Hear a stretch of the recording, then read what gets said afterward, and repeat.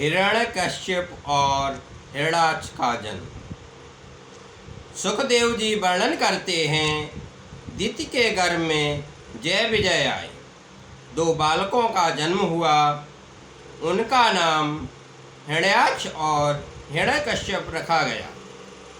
असमय में किए गए कामोपभोग के कारण दिति कश्यप के यहाँ राक्षसों का जन्म हुआ। अतः काम के अधीन मत हो। एकादशी, द्वादशी, पूर्णिमा, अमावस्या, जन्मतिथि आदि दिवसों में ब्रह्मचर्य का पालन करो।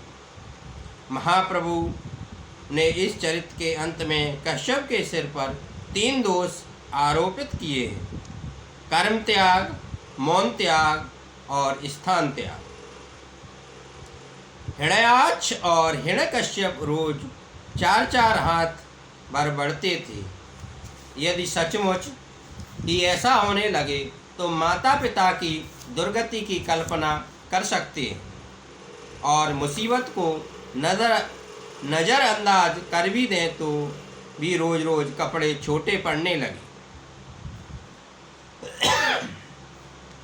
किंतु यह तो भागवत की समाधि भाषा है। भागवत में समाधि भाषा ही मुख्य है तथा लौकिक भाषा गौड़ है।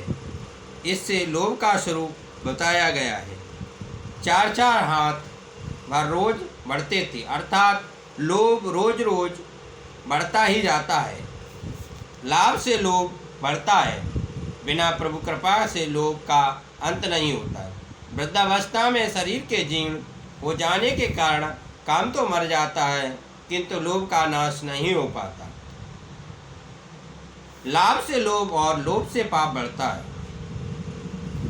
पाप के बढ़ने से धरती रसातल में जाती है। धरती माने समाज दुख रूपी रसातल में डूब जाता है।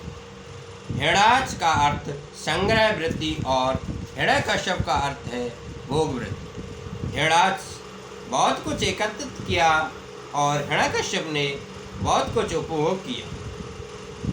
भोग बढ़ता है तो भोग बढ़ने से पाप बढ़ता है। जब से लोग मानने लगे हैं कि वे रुपए पैसे से ही सुख मिलता है, तब से जगत में पाप बहुत बढ़ गया है। केवल धन से सुख मिलता है हो ऐसी बात नहीं है। हिरण्याक्ष और हिरण्यकश्यप के संहार के लिए भगवान ने क्रमशः वराह, नृसिंह अवतार धारण किया था। हिरण्याक्ष और हिरण्यकश्यप लोक के ही अवतार हैं। भगवान ने काम क्रोध मारने के लिए एक ही अवतार लिया, अर्थात रावण कुंभकर्ण को संहारने के लिए रामचंद्र जी का अवतार लिया। क्रोध को मारने के लिए शिशुपाल के वध के लिए एक कृष्णावतार ही लिया, किंतु लोभ को मारने के लिए 2 अवतार लेने पड़े, वराह और नृसिंह अवतार। क्रोध को मारने के लिए एक अवतार ही लेना पड़ा, किंतु लोभ को मारने के लिए 2 अवतार लेने पड़े। यही बताता है कि लोभ को पराजित करना बड़ा दुष्कर है।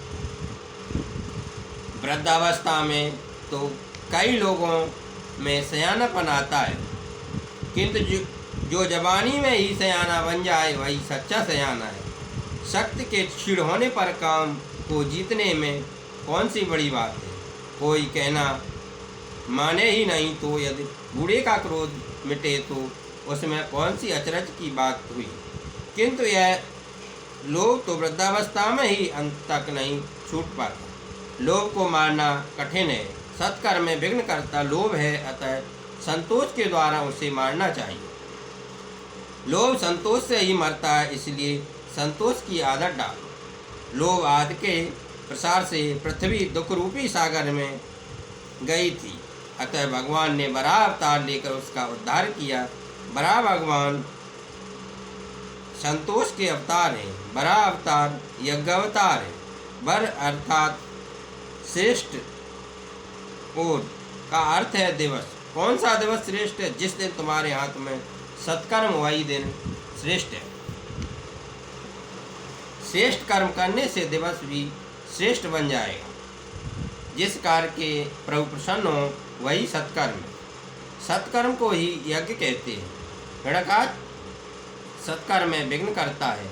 मनुष्य के हाथों में सत्कर्म नहीं होता, क्योंकि उसे लगता है कि प्रभु ने उसे बहुत कुछ दिया। हिरण्याकश्यप लोभ का स्वरूप है। समुद्र में डूबी हुई पृथ्वी को बड़ा भगवान ने बाहर तो निकाला, किंतु उसे अपने पास न रखा। उन्होंने पृथ्वी मनु अर्थात मनुष्य को सौंप दी। जो कुछ अपने हाथों में आया उसे औरों को दे दिया। यही संतोष है। बड़ा भगवान यज्ञ के दृष्टांत रूप हैं। यज्ञ करने से चित्त शुद्धि होती है। लोभ आदि का नाश करके चित्त शुद्धि करनी चाहिए। चित्त शुद्धि होने से कपिल मुनि की अर्थात ब्रह्म विद्या की प्राप्ति होती है। यज्ञ पूर्वक जीवन जियोगे तो ज्ञान मिलेगा। यज्ञावतार के बिना मन की शुद्धि नहीं होती और मन शुद्धि या चित्त शुद्धि के बिना ज्ञान नहीं मिलता, और तब ज्ञान अवतार भी नहीं होता और कपिल देव भी नहीं आते। अज्ञान को दूर करने का काम बड़ा अवतार बताता है। अज्ञान को दूर करने के लिए विरोध करो। सत्य भाषण भी यज्ञ है।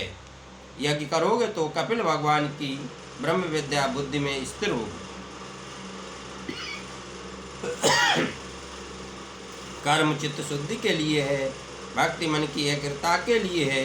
कर्म, उपासना और ज्ञान तीनों की जीवन में जरूरत है। कर्म से चित्त शुद्धि होने के बाद ब्रह्म जिज्ञासा जागती है।